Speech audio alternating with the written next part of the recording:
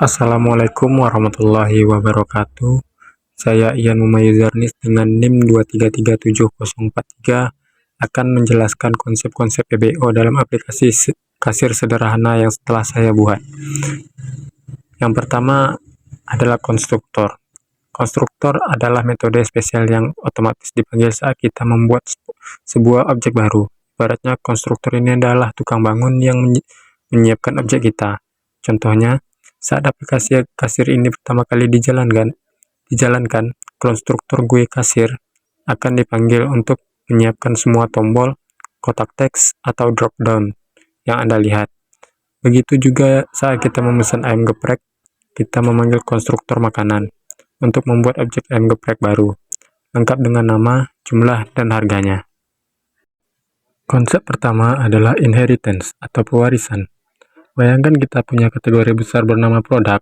Nah, makanan, minuman, dan dessert itu adalah jenis-jenis spesifik dari produk.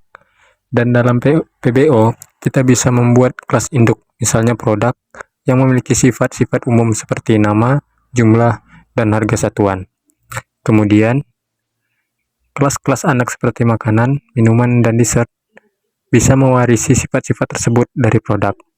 Ini sangat efisien karena kita tidak perlu menulis ulang kode yang sama berulang kali. Cukup definisikan sekali di kelas induk dan semua anak bisa menggunakannya. Lalu konsep selanjutnya adalah enkapsulasi. Ini seperti membungkus data dan fungsi yang terkait ke dalam suatu paket atau kelas. Tujuannya adalah untuk melindungi data agar tidak diakses atau diubah sembarangan dari luar. Di aplikasi ini, variabel seperti makanan pesan dideklarasikan sebagai private. Artinya, hanya kelas GUI kasir itu sendiri yang bisa mengaksesnya secara langsung.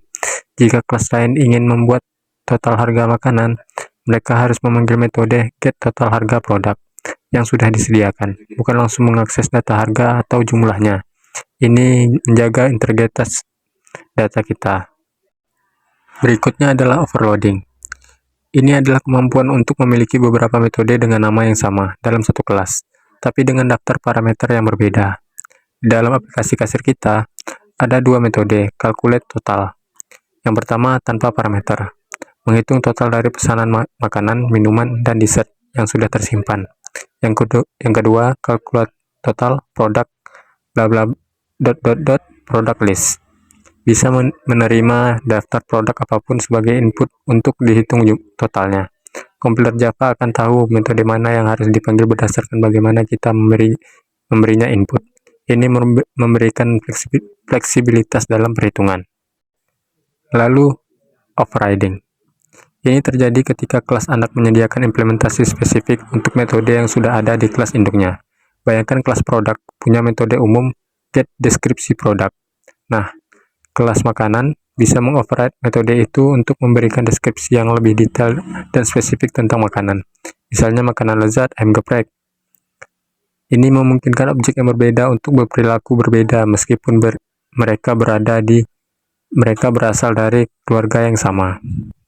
Dan yang terakhir, kita punya konsep abstrak, kelas, dan metode. Kelas abstrak adalah kelas yang tidak bisa langsung kita buat objeknya. Mereka berfungsi sebagai cetak biru atau kerangka dasar. Contohnya produk. Produk itu sendiri adalah konsep abstrak. Kita tidak pernah memesan produk secara umum, melainkan ayam geprek ataupun jus alpukat. Jadi, kita bisa mendeklarasikan kelas produk sebagai abstrak. Jika ada metode yang harus diimplementasikan secara berbeda oleh setiap jenis produk, kita bisa menjadikannya metode abstrak di kelas produk. Ini memaksa kelas anak seperti makanan atau minuman untuk menyediakan implementasi spesifik untuk metode tersebut, memastikan konsistensi dalam struktur kode kita.